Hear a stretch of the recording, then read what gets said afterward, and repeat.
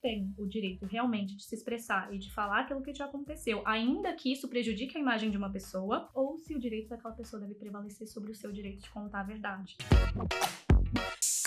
Bem-vindas ao canal Direito Delas, eu sou a Marina. Eu sou a Ana Paula, nós somos advogadas e ativistas pelos direitos das mulheres. No vídeo de hoje, nós vamos te dar algumas dicas muito especiais sobre como você fazer um relato sobre uma situação de violência, um relacionamento abusivo de uma forma segura, se blindando de sofrer alguns processos judiciais. Mas antes da gente contar essas dicas pra vocês, eu vou pedir pra se inscreverem no canal e deixar o seu like. Imagino que muitas de vocês já tenham tido contato com algum tipo de relato feito ou por vocês mesmas ou por alguma conhecida ou até mesmo pessoas famosas, contando alguma situação de violência, algum relacionamento abusivo, realmente alguma vivência íntima que trouxe alguma dor e que ela decide compartilhar, seja porque ela não acredita na justiça e quer trazer esse conteúdo para as pessoas que a acompanham, seja porque realmente ela tem a intenção de trazer, nomear as condutas, né? E isso ficou muito visível a partir de alguns movimentos, né? Como, por exemplo, aquela hashtag MeToo, a hashtag o meu primeiro assédio, e agora a gente também teve a hashtag do meu ex-abusivo, que movimentaram muitas mulheres a dar voz às suas vivências e a tirar todas aquelas experiências do silêncio. Então a gente viu as redes sociais sendo inundadas por esse tipo de relato. Isso é muito legal também, porque a partir desses relatos, muitas mulheres conseguem também verificar que elas estão vivendo uma situação parecida, né? Então, por exemplo, se eu vou lá e vejo uma pessoa famosa ou alguma conhecida minha relatando que ela sofreu um assédio na rua, eu olho para aquela situação e falo, nossa, eu também tô vivendo isso, né? Não tô tão sozinha nessa minha vivência. Então, realmente tem até um efeito de agregar a gente, de fazer com que nós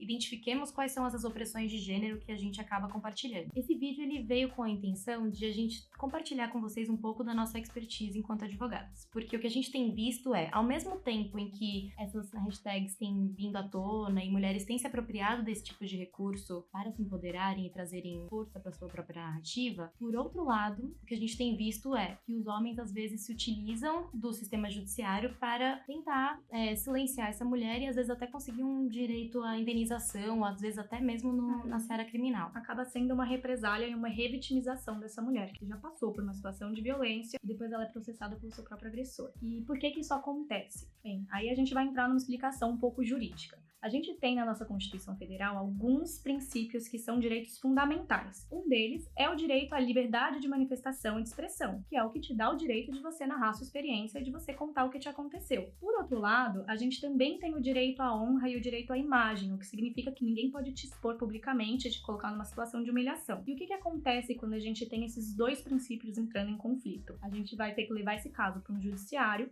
e aí é o juiz que vai decidir qual deles deve prevalecer. Se você tem o direito realmente de se expressar e de falar aquilo que te aconteceu, ainda que isso prejudique a imagem de uma pessoa, ou se o direito daquela pessoa deve prevalecer sobre o seu direito de contar a verdade. E é nesse momento que pode vir uma revitimização muito grande para essa mulher. Primeiro porque o simples fato de ser colocado no polo passivo de uma ação judicial já é terrível. Segundo porque você pode vir a sofrer consequências tanto na esfera criminal quanto na esfera civil. Só para explicar, porque também ninguém vai pra prisão por causa disso, né? Na esfera criminal, a gente tá falando, na verdade, de uma ação chamada queixa-crime, que ela é promovida quando a pessoa comete um crime contra a honra. A rigor, não há tempo de prisão nem nada, mas é um processo bastante demorado, bastante caro e é muito chato, né? No máximo, você pode até mesmo ficar com a sua ficha suja, ainda que você não cumpra a pena. E é terrível, né? Que você tenha passado por uma situação de violência e ainda você saia como a ré. E isso é bem prejudicial. Você pode ser acusada tanto de um crime de calúnia, caso no seu relato você tenha, por exemplo, falado que o seu ex-companheiro te agrediu ou que você sofreu um estupro, porque você estaria acusando uma pessoa de cometer um crime que ela vai dizer que ela não cometeu. Então, o crime de calúnia ele acontece quando você acusa falsamente alguém de cometer um crime. Poderia ser um crime de difamação, porque você está expondo aquela pessoa perante o círculo social dela, né? Então, se isso chegou no conhecimento dos amigos, dos familiares, está imputando um fato que é desonroso para aquela pessoa. E, por fim, um crime de injúria, que é quando você ofende.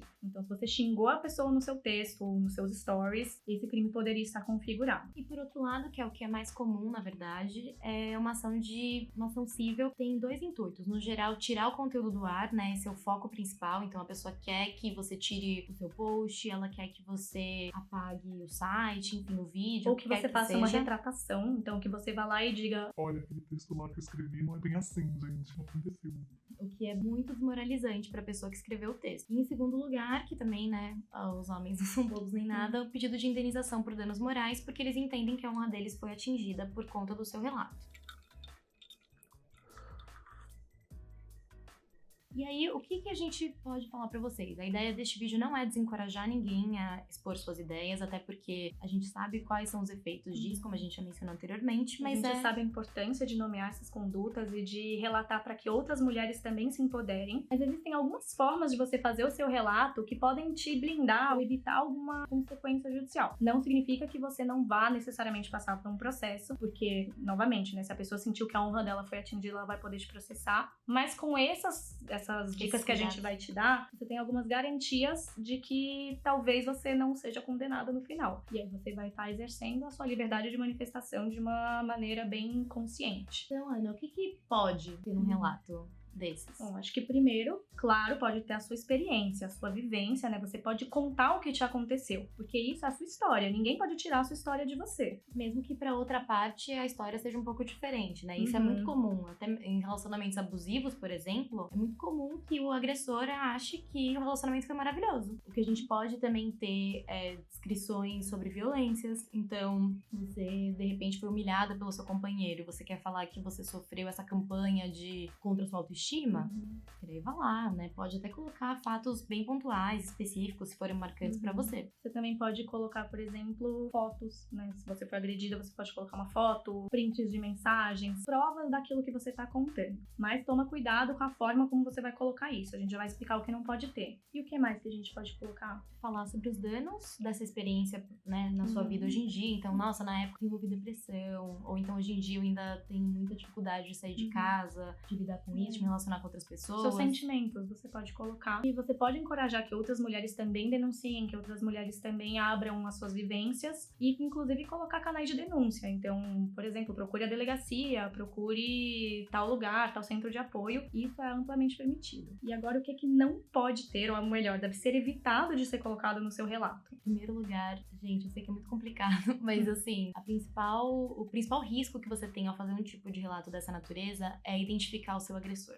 Então, se você coloca o nome, se você coloca a foto dele, se você coloca elementos distintivos que as pessoas que vão ter acesso àquele conteúdo consigam identificar, assim, com certeza quem é a pessoa de quem você tá falando, ele provavelmente vai ter muito mais elemento pra argumentar no judiciário que ele tá com sua honra ferida. Se você for escrever, claro que, poxa, foi o seu ex-namorado, não tem como você tirar esse fato, mas tenta escrever de alguma forma que não dê pra identificar exatamente qual dos seus ex-namorados foi. Sempre tenta construir o seu texto de uma maneira que você não vai identificar exatamente quem é aquela pessoa. Se for importante você citar a profissão dela, então vamos supor que você sofreu um assédio num consultório médico. Você pode dizer que ele é médico, mas tenta evitar dizer qual que foi o consultório, qual que foi a clínica, CRM dele, por exemplo. O segredo realmente, na hora de se blindar juridicamente, é tentar deixar o texto, apesar de pessoal, um pouco mais genérico pra realmente, assim, outros homens podem, né, outros agressores, outras pessoas podem se identificar com o papel que tá sendo ali denunciado sem que seja alguém muito específico.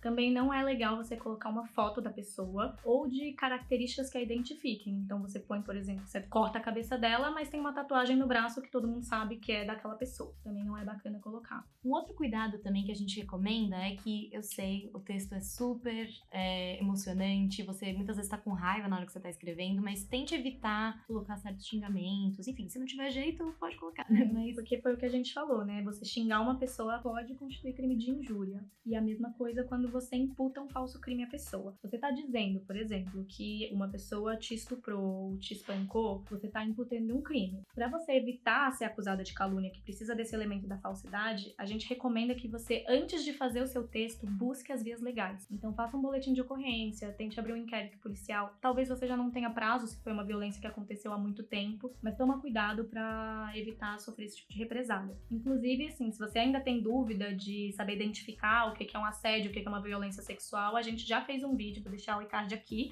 pra vocês assistirem, e nele a gente também dá as dicas de como denunciar. E por fim, eu acho que é muito importante também relembrar que não é interessante fazer no final do seu post, às vezes a gente acaba fazendo isso, que é chamar as pessoas que estão ali interagindo com você pra linchar ou ameaçar, enfim, realmente incitar o ódio, porque eu sei que é muito difícil, porque a gente tá falando normalmente de coisas que são muito delicadas e que geram uma revolta e geram uma sensação de insurgência, mas é bom evitar porque realmente essa questão da incitação ao ódio pode se voltar voltar contra você de uma maneira bem terrível. E acho que vale também dizer que essas dicas, elas também servem para quando você está denunciando algum tipo de estabelecimento, porque a pessoa jurídica, ela também tem o direito à honra e à imagem. Então, se você sofreu uma violência dentro, por exemplo, de um bar ou de um hospital ou de algum lugar, também toma esse cuidado. Eu sei que nessa hora o que a gente mais quer é fazer esse boicote ao lugar, mas ele também pode te processar. Então, tenta buscar as vias judiciais cabíveis antes, fazer o seu BO, fazer, às vezes, entrar com uma ação de indenização e aí você libera. Deixando claro que